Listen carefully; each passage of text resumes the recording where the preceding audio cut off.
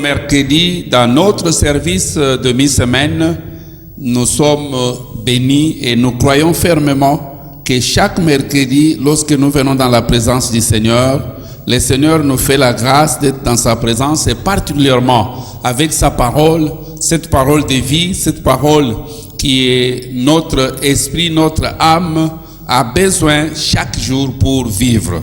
Nous voulons écouter la parole du Seigneur de ce soir. Prions tous ensemble. Père, dans le nom de Jésus, éclaire-nous au travers de la lumière de ta parole. Cette parole qui va nous donner la vie, nous te bénissons, Papa, parce que tu vas nous parler. Cher Saint-Esprit, parle-nous dans le nom de Jésus. Amen. Bien-aimés dans le Seigneur, chaque mercredi dans ce mois où le thème central est « Je vous restaurerai la santé », ça c'est ce que notre Père a dit. Dans ce mois, l'Éternel est déterminé à restaurer la santé de tout un chacun de nous. Et Dieu, en faisant ces restaurants, il va nous restaurer au travers de sa parole. Et chaque mercredi, nous partageons les thèmes « Marcher dans la domination sur la maladie et les infirmités ». On a déjà défini la maladie, on a déjà défini les infirmités, on a déjà défini la domination et on a déjà défini ce que c'est marcher. Lorsque on nous dit de marcher dans la domination sur la maladie et les infirmités, nous devons comprendre que la guerre contre le diable et ses démons ne finira que lorsque on va l'enchaîner. Aussi longtemps que le diable n'est pas encore enchaîné, les chrétiens doivent s'attendre à ce qu'il va réagir, il va nous combattre. Mais ce qui est mieux est que dans ce combat, nous ne sommes plus que vainqueurs. Nous combattons non pas pour la victoire, mais nous combattons dans la victoire. Donc la guerre contre le diable ne peut finir que lorsque le diable sera enchaîné. La Bible nous dit dans 1 Jean 5, le verset 19, 1 Jean chapitre 5, le verset 19, la Bible nous dit « Nous savons que nous sommes de Dieu et que le monde entier est sous la puissance du malin. » Nous sommes de Dieu. Le monde entier est sous la puissance du malin. Le malin, c'est le diable. Il exerce sa puissance, mais gloire à Dieu, nous triomphons toujours. Comment nous triomphons? Parce que nous sommes les enfants d'alliance. Et dans Psaume 74, le verset 20, la Bible me dit « Ayez égard à l'alliance, car le lieu sombre de la terre sont remplis de brigands. » Même si les brigands sont là, nous sommes les enfants d'alliance. Et un enfant d'alliance, l'alliance les protège, l'alliance les sécurise, l'alliance lui donne la victoire. C'est pourquoi je te vois vaincre toute bataille de la vie à cause du fait que tu appartiens à l'alliance. Et si tu n'es pas encore né de nouveau, oublie que tu es enfant d'alliance. Là, si tu vas te jouer avec le diable, il va te montrer de quoi il est capable. Mais pour tout enfant d'alliance, il triomphe. Qu'est-ce qui le fait triompher? L'alliance. La Bible nous dit que nous savons que tout ce qui est né de Dieu triomphe. Donc, tout enfant de Dieu triomphe. Et je te vois triompher sur la maladie, je te vois triompher sur les infirmités, et cela dans le nom de Jésus. Voilà pourquoi nous devons toujours engager un combat de la foi pour faire valoir nos droits. Nous avons des droits. Tout enfant de Dieu a des droits, et pour faire valoir ces droits, tu as besoin d'engager un combat de la foi. Et l'apôtre dira à son fils, il dit combat le bon combat de la foi. Donc il y a un combat que nous devons combattre parce que nous avons des choses que nous devons jouir avec. 1 Pierre chapitre 5, le verset 8 jusqu'au verset 9e. 1 Pierre 5, le verset 8 jusqu'au verset 9e, la Bible nous dit « Soyez sobres, veillez, votre adversaire le diable rôde comme un lion rugissant, cherchant qui il dévorera. Résistez-lui avec une foi ferme, sachant que les mêmes souffrances sont imposées à vos frères dans le monde. » Il dit votre adversaire, nous avons un adversaire, nous avons un ennemi, nous avons quelqu'un qui ne nous aime pas. Pourquoi? Parce que nous occupons la place que lui désirait occuper dans le cœur de Dieu. Vous savez, quand j'ai lu Psaume 8, je me dis ça c'est pas David, ça c'est le diable qui pleure. Dans le psaume 8, la Bible nous dit, qui est l'homme pour que tu penses à lui? Qui est le fils de l'homme pour que tu prennes soin de lui? Tu l'as créé inférieur aux anges, mais tu l'as couronné de gloire. Toi, tu es couronné de gloire et non pas de maladie. C'est pourquoi partout où moi je suis, j'ai dit, je ne peux pas m'attendre à ce que j'aurai corona. Je m'attends à ce que j'aurai la couronne. Parce que c'est la couronne que Christ m'a promis et non pas le corona. Donc, tout enfant de Dieu est couronné. Et le diable, voyant que nous avons pris la gloire que lui cherchait, il ne peut pas nous laisser tranquilles. Mais ce qui est meilleur est que nous triomphons toujours. Je te vois triompher sur la maladie, je te vois triompher sur les infirmités, et rien ne pourra vous détruire. Alors, je dois comprendre la cause première de la maladie. Parce que si je vais combattre, ce qui est important, c'est de connaître la cause de la maladie. Ne pas seulement soigner la maladie, mais il faut connaître la cause, parce que quand vous en connaissez la cause, vous pouvez stopper, elle ne reviendra plus jamais dans votre vie. Alors, chaque mercredi, nous sommes en train de voir des causes premières, des causes profondes. Et chaque mercredi, par la grâce du Seigneur, nous voyons une cause, une cause. Aujourd'hui, laissons-nous voir la quatrième cause, ce que nous appelons l'esprit de lourdeur. L'esprit de lourdeur. Cet esprit de lourdeur, ce sont des choses que j'appelle des choses rampantes dans l'église. Et vous savez, une plante qui rampe, on ne peut pas la voir de loin. Pour voir cette plante, il faut vous rapprocher. Exemple, la patate douce. Cette plante, elle rampe. Elle ne s'élève pas en hauteur. Elle peut remplir tout un champ. Et de loin, tu peux penser que c'est une brousse. Et pourtant, c'est une plante. De même aussi, l'esprit de lourdeur rampe dans l'église. Cet esprit, c'est lui qui amène les gens à retomber dans la coutume. C'est un poids naturel sur les chrétiens. Tu verras quelqu'un qui était né de nouveau. Et au début, je crois que chacun de nous en avait déjà expérimenté. Lorsque nous venons de naître de nouveau, waouh, on avait un zèle terrible. On ne nous forçait pas à aller évangéliser. On ne nous forçait pas de prendre du temps dans la prière, dans le jeûne. Mais plus tu vois quelqu'un grandir dans le Seigneur, au lieu qu'il puisse aller loin, il commence à retomber dans des choses naturelles. Là, sachez-le, il y a déjà l'esprit de lourdeur. Mais ce soir, nous chassons tout esprit de lourdeur, et cela dans le nom puissant de Jésus. Lorsque nous ouvrons notre Bible dans Psaume, nous allons ouvrir notre Bible dans Psaume 38. Nous allons lire Psaume 38, le verset 4 pour ceux-là qui ont la Bible en anglais et le verset 5 pour les amis qui ont Louis II. La Bible nous dit, car mes iniquités s'élèvent au-dessus de ma tête, comme un lourd fardeau. Elles sont trop pesantes pour moi, car mes iniquités s'élèvent. Vous savez, lorsque nous parlons de l'esprit de lourdeur, c'est l'esprit qui vient mettre un poids sur nous, et ce poids-là nous fait reculer, nous fait retomber dans des choses que nous ne connaissons plus. Et tu verras beaucoup de chrétiens, pour se lever à 5 heures de prier, c'est tout un problème. Même s'il a pris rendez-vous avec Dieu, il dit non Seigneur, je vais me lever à 3 heures. Je vais passer du temps dans la prière. Et à 3 heures, le Seigneur vient le réveiller. Et il dit, ah, il y a encore du temps. Je vais me reposer encore, je vais même dormir et me réveiller à 4 heures. Cette fois-ci, de 4 heures, je vais aller jusqu'à 6 heures. Et à 4 heures, l'ange qui réveille, il viendra encore. Il va le réveiller. Il se réveille, il regarde la montre. Il veut se lever, mais son corps lui dit non, écoute, ce n'est pas le corps, c'est l'esprit de lourdeur. Il y a des chrétiens qui ne parviennent plus à avoir leur zèle qu'ils avaient quand ils se sont convertis.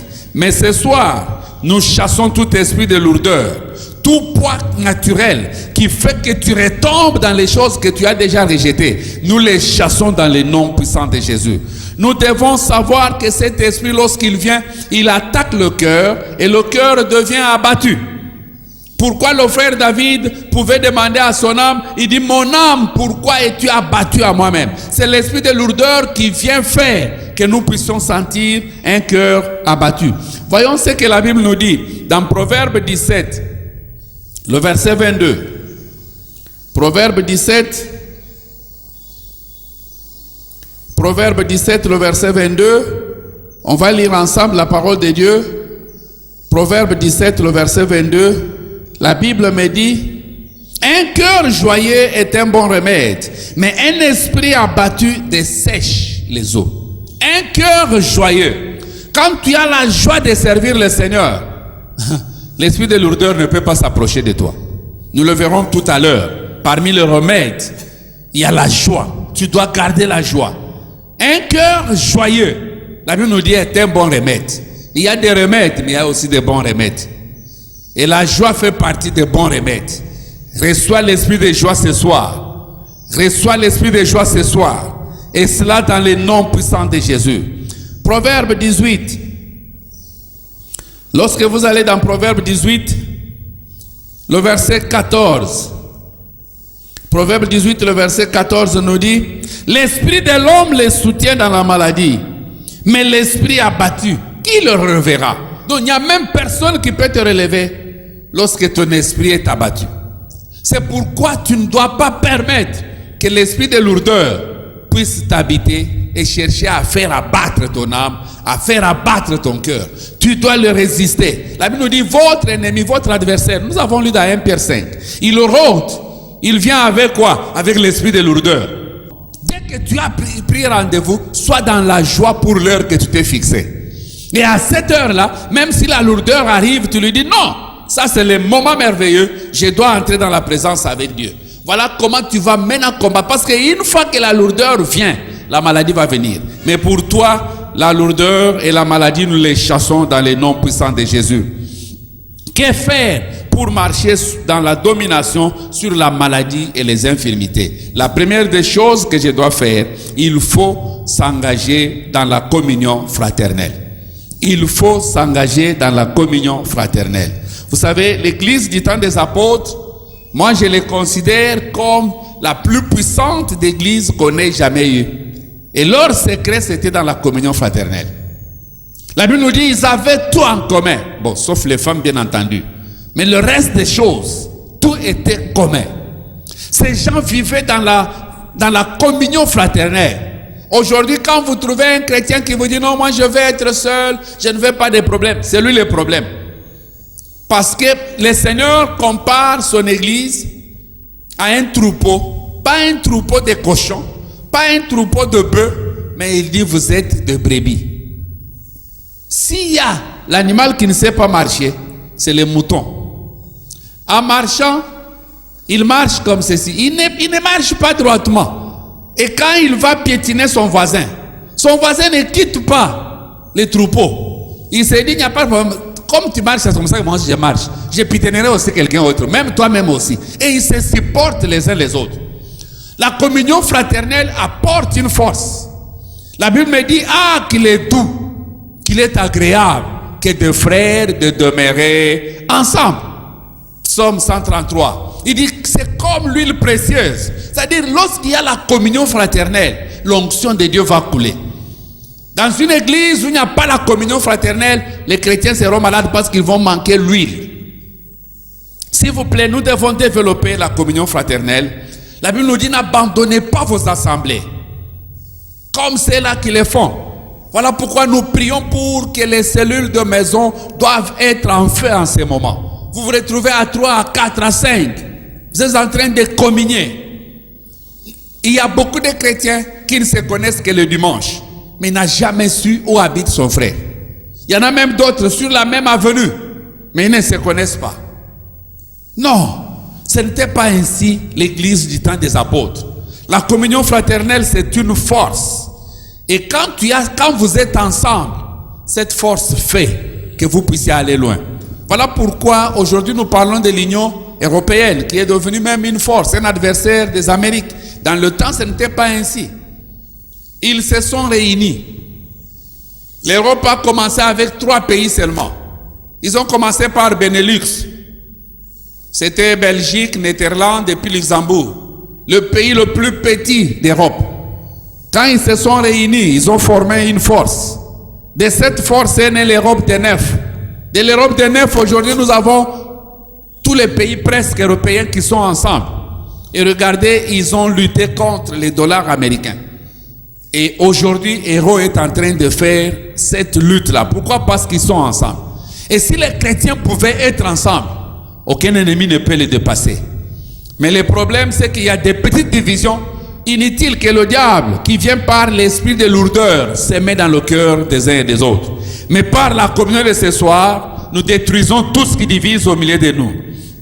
Dans Hébreux 12, on va lire ensemble Hébreux chapitre 12,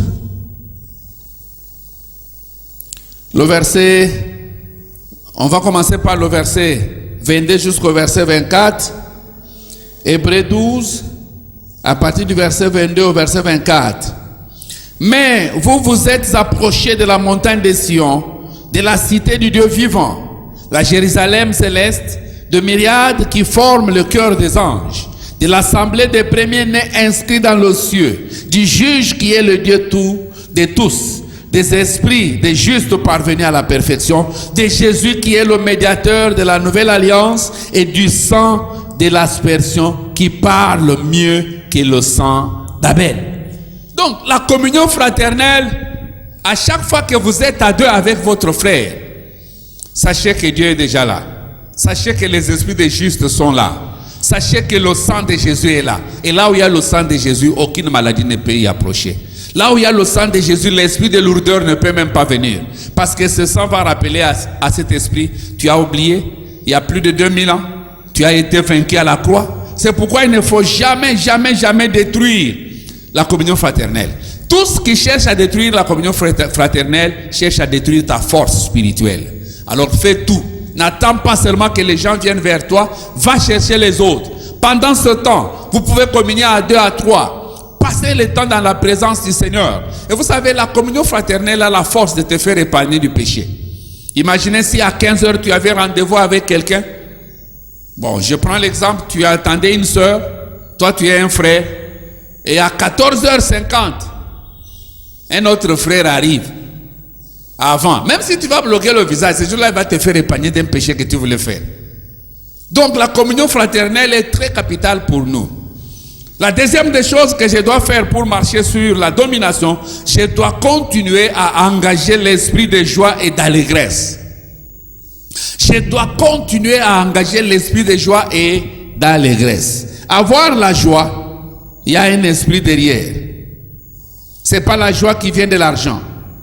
Ce n'est pas la joie qui vient des habits qu'on vient de recevoir. Ce n'est pas la joie qui vient par exemple d'une nouvelle. Non, j'ai besoin d'un esprit appelé esprit de joie. Dans Ésaïe 61, le verset 3e, quand le maître parle concernant l'onction, au verset 3e, il dit, pour accorder aux affligés de Sion, pour leur donner un diadème au lieu de la cendre, une huile de joie au lieu de deuil, un vêtement de louange au lieu d'un esprit abattu, afin qu'on les appelle de térébintes de la justice, une plantation de l'Éternel pour servir à sa gloire. Quand tu as la joie, et particulièrement tu sers Dieu avec joie, tu ne manqueras pas de rebâtir ce qui était ruiné. C'est pourquoi toi tu vas rebâtir partout où tu seras.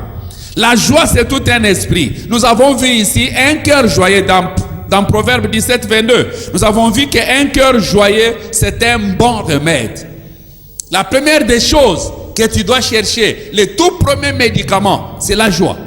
Et là où il y a la joie, tu peux puiser tout.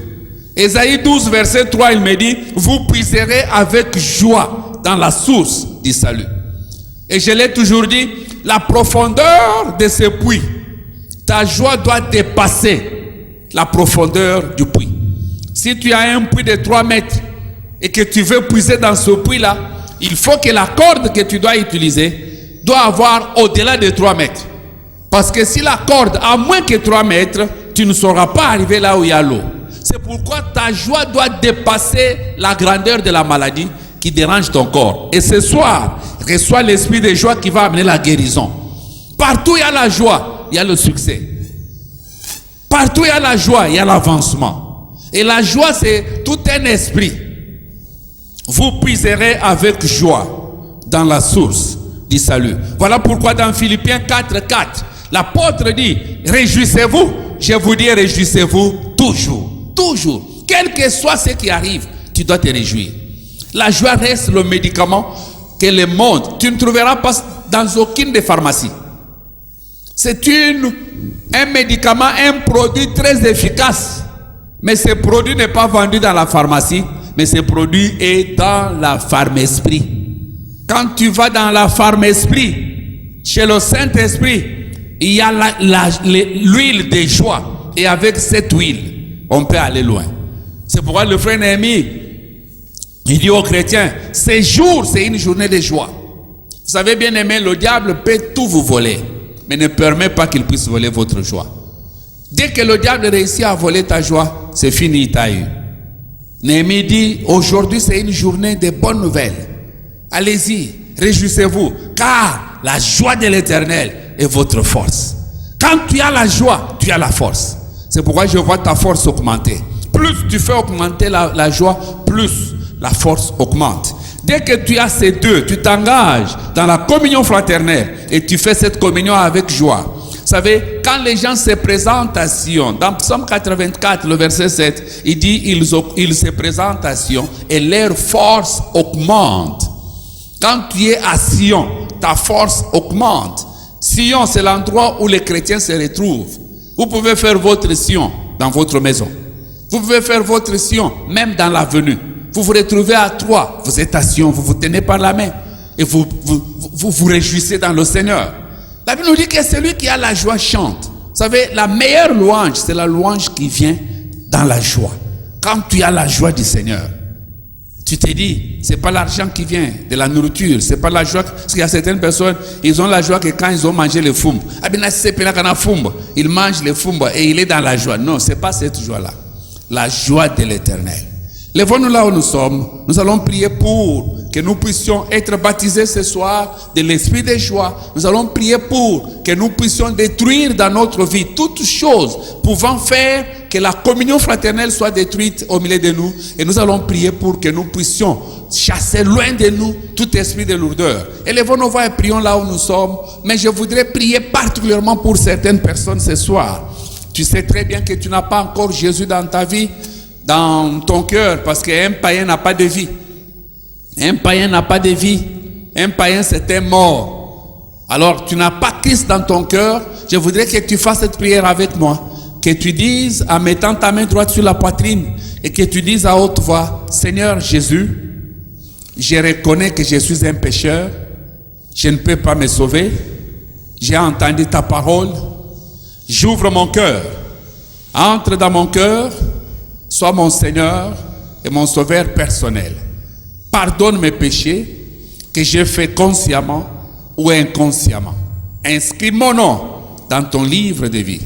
Lave-moi par ton sang. Aujourd'hui, je crois de tout mon cœur et je confesse de ma bouche que tu es le Fils de Dieu. Tu es mort pour mes péchés et tu es ressuscité pour me justifier. Aujourd'hui, je suis justifié. Mes péchés sont pardonnés. Je suis né de nouveau et je suis enfant de Dieu. Au nom de Jésus. En faisant une telle prière, bien-aimé, tu es maintenant enfant d'alliance. Et étant enfant d'alliance, à chaque fois que tu arrives dans un lieu sombre, tu dois jeter tes regards à l'alliance. Mais je voudrais te dire que tout enfant qui vient de naître, il doit grandir. Et pour grandir, tu as besoin des adultes. Et les adultes, c'est une église qui est plus proche de toi. Là où Christ est prêché comme il le faut, là où les gens ont la crainte du Seigneur, joins-toi à cette église pour que tu puisses grandir. Mais si tu n'as pas où aller, où tu es dans la ville, et que tu as besoin de grandir sous nous, nous sommes sur la route de Matadi au numéro 5, dans le quartier d'Imez, à Mongafula, au triangle de la Cité Verte, en face de la pompe d'essence Eugène. Nous vous attendrons là-bas. Quand les choses seront normales, nous vous attendrons chaque lundi à 17h pour la classe fondamentale. Mardi, nous avons la montagne de prière. Mercredi, comme aujourd'hui, nous avons les services d'enseignement avec la communion. Et chaque dimanche, nous avons 2 services puissants. Le premier service à 7h et le deuxième service à 9h30. Votre arrivée nous fera beaucoup de joie et fera encore plaisir à Dieu. Vous êtes bénis. Que le Seigneur vous bénisse et à la prochaine.